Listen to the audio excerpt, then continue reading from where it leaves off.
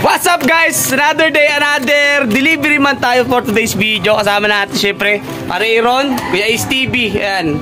Kasama natin tayo sa Las Piñas kay Sir Jerome at kay Sir JR. Katin tayo ng ibon. Kasama natin Sir JR. You know, may-ari ng Okada. Saka Sir, pangalan nyo po? Ano? Mowgli. Alalay ni Jay. Iyo. Shoutout po sa mga ano, mananahi dito ng Las Piñas. Andito tayo sa Baluarte nila Sir Jerome. Nagmamay-ari kay Mondragon. May itlog na kasalukuyan si Mondragon ngayon mga kalapatids. Sa mga naghahanap po kay Mondragon, ala na po, isang buwan na pong nabenta dito sa Las Piñas. Ayan o. Grabe, tingnan nyo naman si Mondragon mga kamis o. Oh, hindi pa rin nagbabago. Iba sabi, ine-edit ko daw yung mata. Paano ko ma-edit yung mata, sir? Sir Jerome, ine-edit ko daw yung mata. Ayan na po, sa personal. Ayan yung mata, zoom natin. Ayan o. Ngayon, dito pinaris sa Victor Tan. May egg na sila ngayon, isa. Ganda rin ng mata nito. Oh, parang magkahawig na sila. Ayan o. Pakaganda mga kalapatids. Palaban nila ng South nyo po ilalaban, anak? South nyo po. Nakiyayon yung panahon sa atin mga kalapatids. Ang ganda ng mga breeder ni sir dito sa binibreed niya. Bali lang pair sir, nagbibreed kayo ng kalapate? 7 pair. Sakto na yun sir, no? Hindi magastos, hindi rin marami masyado, no? Ayan. Tapos nilalaruan nyo sir FPR. Shoutout sa club ng FPR. Shoutout sa mga fansir dyan. And sana baba pa yung ano, buhay ng club na yan para matustusan yung mga kasiyahan ng mga. Ikaw sir, nag-iibong rin? Kakalapatin nga sir. Yun. Box natin. Yung ibon ni sir, ano, door to door.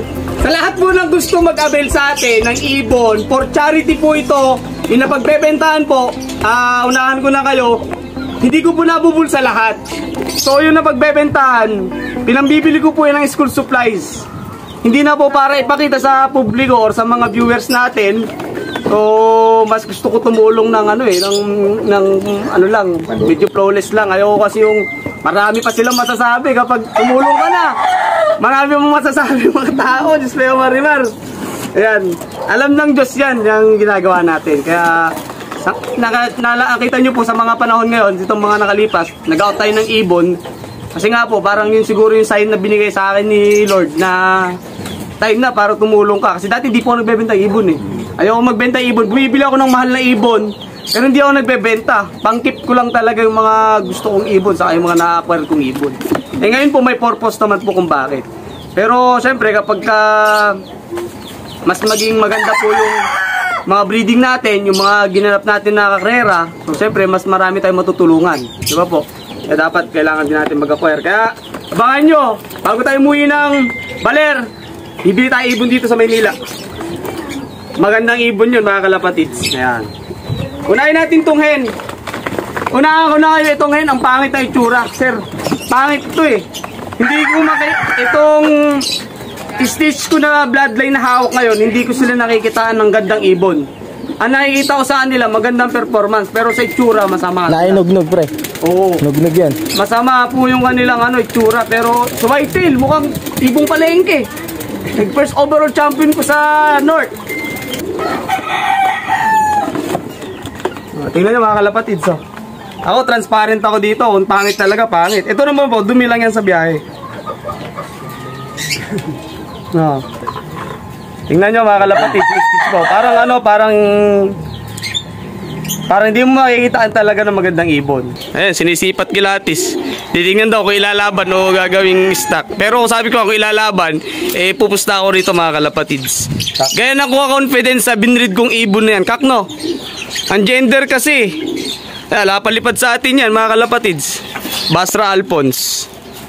Two-way cross yan, kaya panlaban talaga. Ngayon, kung bibreed mo yan, magiging cross-cross na yan. Siyempre, kasi nga, two-way cross na to eh. Tatay po niyan, galing po kay Sir Nelson Chua. Yung nanay naman po niyan, galing po ng Pampanga, si Richard Caparas. Basra Macarta. Ayan, famous po ng ng Pampanga. Medyo madumi lang po, pero kapag ito nagbihis na, napakaganda pong ibon nito mga kalapatids. I swear. Maraming salamat dito sa magkapatid na to sa tiwala nila sa akin, sa Homing Pigeon Club, Homing Pigeon TV, Homing Pigeon Loft.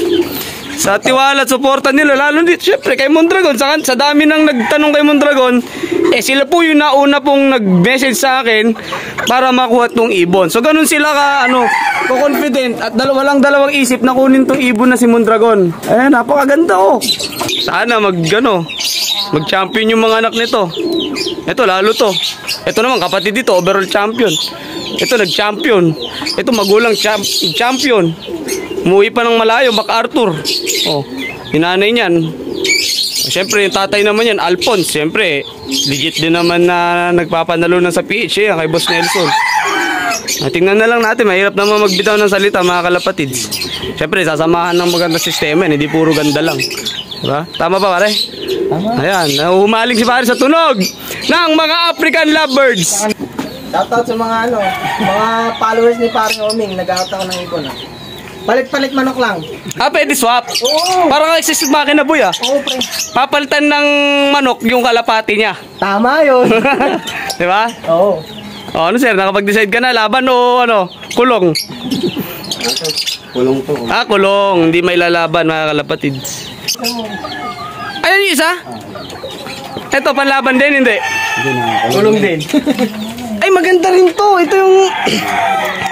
Ito yung tabi-tabi ko din na... Parang US yan, pre. Hindi, pre. Alphonse niya. Tabi-tabi ko to, pre. Alphonse niya. Wala. Nanginayang ako sa mga binenta ko, Pre, natulong naman sa mga Ayun lang. estudyante.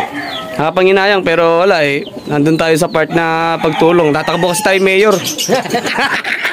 Bobotohan na. Magbobotohan, kailangan natin tumulong. Ganun ba yun, pre? Kapag tatakbo ka, kailangan mo bang tumulong? Kailangan. Tapos kailangan mo ba ipakita sa video para masabing tumulong ka? Yung. Bahala na. Kayo na simento. Bahala. Akit ka sa poste. Yan. Bahala na siya makakita ng mga mabubuting ginagawa dito sa Sa mga kalapatids, sulit na kami sa kwentuhan dito.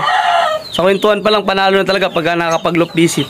Kaya pag napunta tayo dito sa Manila, ala pong hindi pwedeng tayo makakwentuhan. Kasi nga po, ito na yung pinakang pahinga ko sa mga pagod na pinupuntahan po natin dito. Kaya syempre, very thankful po ako sa mga nakakausap ko, sa mga pansir, katulad nila to sila, na kahit na busy, gumagawa ng paraan para po ma-entertain, galing pa sa trabaho, pupunta na sana sa mga babae nila, kaso nga, nandito pa sila, pagkwentuhan sa atin. Kaya po parang super worth it na siyempre welcome tayo dito sa kanila mga kalapatids, di ba?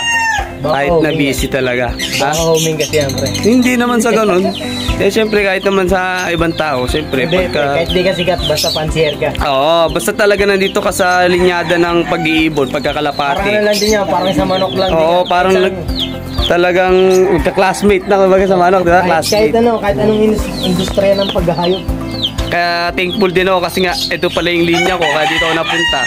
Parang iwanan ko man yung mundong ibabaw, napakasarap, dami kong alaala na mga iiwanan. Kasi nga po sa mundo po ng pagkakalapati talaga sir, di ba? Marami ka talaga magiging kaibigan, makikilala. So hindi ka man manalo ka man or matalo, meron ka talaga magiging kaibigan. Ipili ka na lang talaga ng trusted. Yan. Parang syempre. So yan, mga tropa kalapatids natin dyan, shoutout. Kasama na natin si Paring Homing. Shoutout sa mga tiga Las Piñas, Sukat, syempre, tsaka mga tiga Cavite, malalapit. Sir, parang shoutout sir. Shoutout dyan sa TikTok namin dyan. Shoutout. Go sir. Ikaw sir.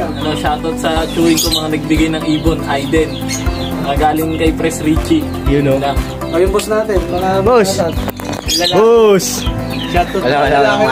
Back sa lahat ng mag-iibon. Good luck sa may-ari nung dagit. Yung dagit, doon na. Sa laban.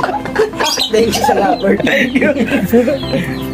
Easy 350. Salamat, ingat.